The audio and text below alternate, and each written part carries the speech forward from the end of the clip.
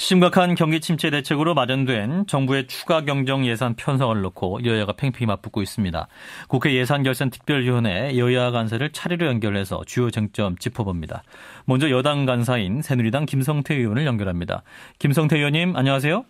네, 안녕하세요. 새누리당 김성태입니다. 네, 정부가 제시한 추가 경정 예산 모두 11조 8천억 원인데 야당은 너무 과하다 이런 비판이에요. 이 정도 추경 편성 꼭 필요한 겁니까? 예, 그렇습니다. 지금 메르스 사태로 인한 경기 침체와 또 가뭄으로 국가 경제의 근간이 흔들리고 있어요, 지금. 네. 이러한 시기에 예산결산 특별위원회 집권여당 책임자로서 저는 막중한 직무에 깊은 무게감도 느낍니다. 네. 왜 제가 이런 말씀을 드린가 하면은 추경이 밑빠진 독에 물 붓기가 아니라 지금 메르스 가뭄으로 이 경기가 소비가 위축된 이런 상당히 어려운 실정에 경기 부양에 마중물로서 이게 작용하려면은 상당히 선제적이고 집중적으로 투입돼야 효과가 극대화되는 것이죠. 예. 특히 이번 추경의 주요 목적은 메르스와 가뭄 현장의 직접적인 지원도 있겠습니다만은 메르스와 가뭄으로 인한 내수 부진을 극복하고 서민 생활의 안정을 보호하는 것이에요. 예. 그러니까 민생 회복과 경기 부양이라는 두 마리 토끼를 다 잡기 위해서는 세입이든 세출이든 규모를 최대화해야 해서 이제 효과를 얻어야 된다고 이렇게 보고 있습니다. 예. 근데 정부의 이제 추경 예산안 편성을 보면 근데 이제 세입용 예산, 그러니까 이제 세수 확보 대책이 없는 세입 메우기용 예산을 5조 6천억을 책정을 했습니다. 그런데 이제 이 돈은 그 세입 결손 때문에 발생한 것인데 다시 이제 국민의 세금으로 채우는 게 옳은 것이냐 이런 지적도 있는데요.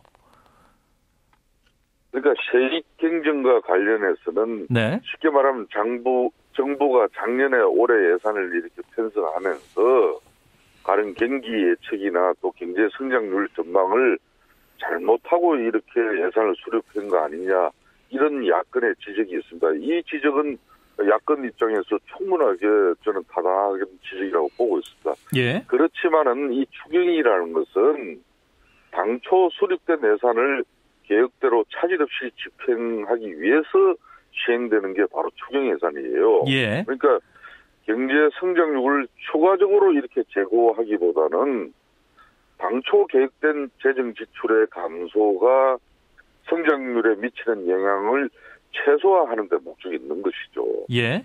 만일 이번 세입 경정이 실시되지 않을 경우에는 당초 기도했던 그런 성장률의 하락이 불가피하다는 점도 이건 분명히 감안해야 되는 것이죠. 네, 이제 최경환 부총리도 정부의 네. 이 세입 축에 오류가 있었다는 것은 분명히 지적해야 될 또 사안입니다. 예.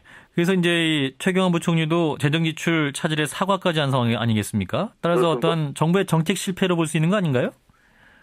네, 제가 굳이 정부의 입장을 대변하는 건 아니겠습니다만은 네. 이번 추경 같은 경우는 국제 불안과 그리고 내수 부진을 넘어서 경제 충격을 흡수하고 민생 안전을 도모해야 되는 그런 상황이에요. 예.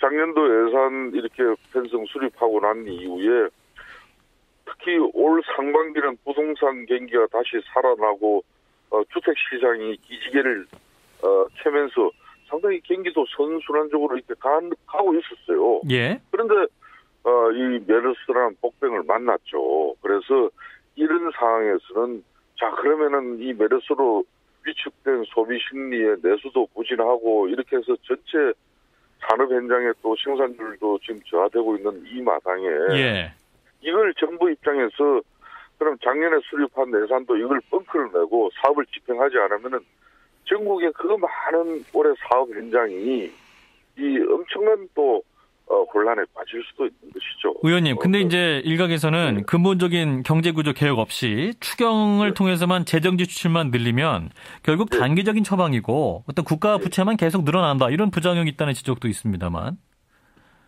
그런 지적 충분하게 정부 입장에서는 비판받아야 된다고 저는 보고 있습니다. 예. 특히 이제 이런 성장률이나 또 경기에 대한 이런 전망을 정부가 제대로 하지 못한다는 부분은 어찌됐든 간에 빗나간 예측을 한 것이거든요. 예. 그런 측면에서 이제 정부 정책이나 정부 예산 수립에 대해서 우리 국민들이 신뢰를 상실할 수가 있어요. 그런 예. 측면에서 정부 입장에서는 앞으로 이제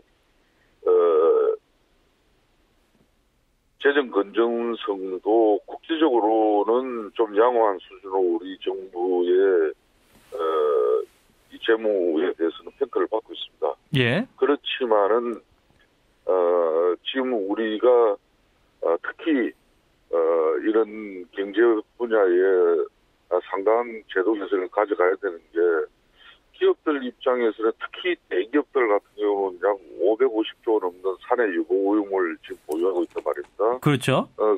뭐 이런 보유금이 실질적으로 기업 투자나 그리고 이제 고용 창출로 이어지지 않고 계속 기업들 근거에 쌓여 있단 말이에요. 예. 그런데 그에 비해서 그 대기업의 협력 하청 회사들 같은 경우는 아직까지 불공정한 어떤 계약에 의해서 정말 배고픔에 허덕이고 있어요. 예, 그래서 이제 나오는 얘기가 이제 예, 법인세 정상화를 통해서 이제 어떠한 부족한 세수를 확보해야 되는 것이 아니냐 야당이 주장하고 있는 거 아닌가요? 어떻게 보세요? 야당의 그런 주장도 뭐 일리는 있습니다만은 네. 지금 추경 이렇게 예산 편성하면서 세율 조정을 위한 이런 법인세 정상화 세율 논쟁을 가져가면은 사실상 이번 추경처리 못합니다. 그런데 이제 이명박 대통령 당시에 감면해준 법인세가 5년간 25조 원인데 연간 네. 5조 원 건 아닙니까? 근데 지금 이제 그래서 세수 이제 결손액이 앞으로는 잠깐만요. 5조 6천억인데 그러니까 네. 이 세수 결손액을 법인세를 원래대로 회복하면은 결국 추경 안 해도 되는 상황인데 따라서 법인세 정상화 논리가 탄력받을 수 있는 거 아닌가요? 예, 그 말씀도 일리가 있습니다. 네네. 하지만 저 이야기 한번 들어보죠. 이 정세의 역설이라는 것이 있습니다. 예.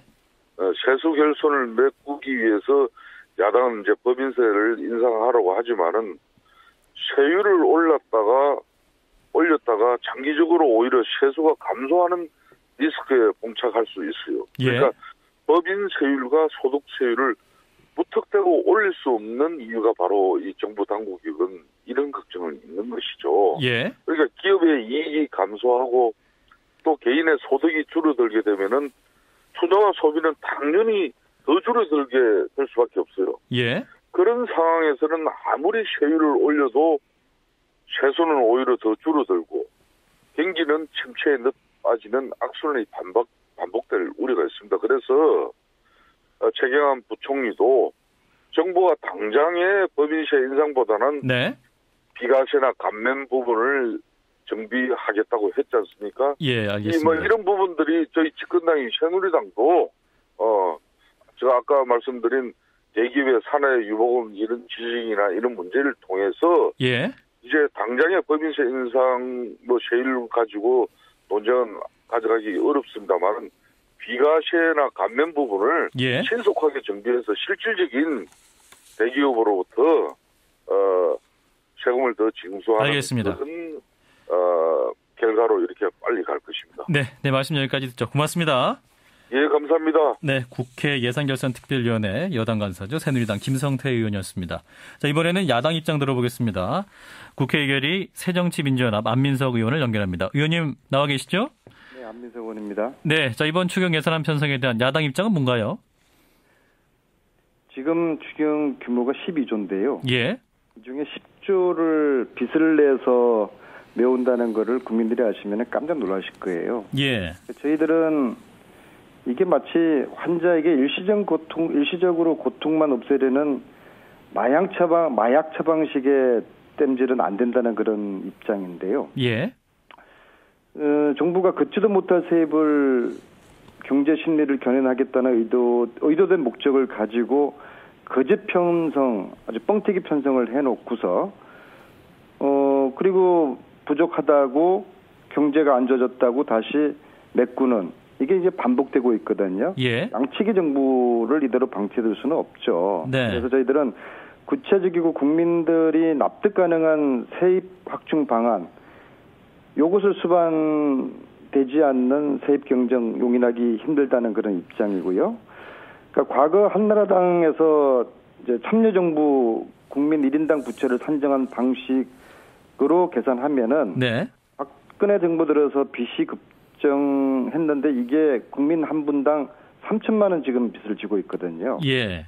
이런 악순환을 막아야 된다는 게 저희들의 기본적인 입장입니다. 예. 근데 이제 여당 주장은 단기적으로는 이제 재정 건전성이 악화될 수 있지만 중장기적으로는 재정 건전성에 도움이 될 것이다. 이렇게 주장하고 있는데 이 주장은 어떻게 보세요? 이게 추경을 통해서 그 풀어진 돈들이 마중물 역할을 하거나 네. 아니면 이번에는 당장의 메르스 피해를 그리고 가뭄 피해를 지원하는 거기에 집중돼야 되지 않습니까? 예. 근데 12조 중에서 메르스 피해 지원은 뭐 2조 조금 넘어요. 네. 가뭄은 뭐 1조도 안 되고요. 그러니까 실질적으로는 말로는 메르스 그리고 가뭄 추경이라고 해놓고 엉뚱한 곳에 SOC 예산이 1조가 넘고 그리고 모자라는 세입을 갚는데 6조 원씩이나 쓰고 이게 기본적으로 지금 추경의 취지에 맞는가라는 것에 대해서 저희들이 문제 제기하는 것이고 특히 어제는 네.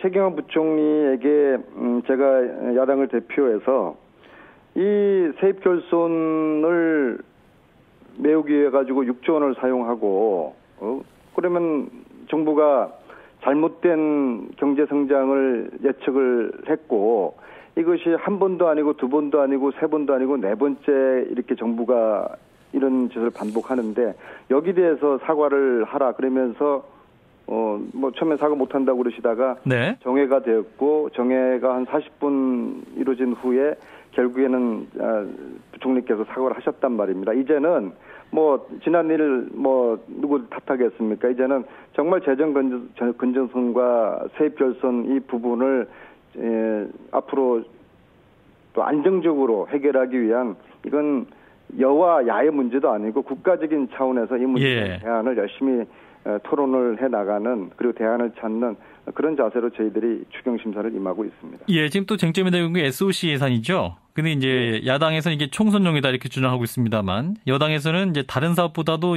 이러한 SOC 사업이 일자리 창출 효과가 크다고 주장하고 있습니다. 반박해 주실까요?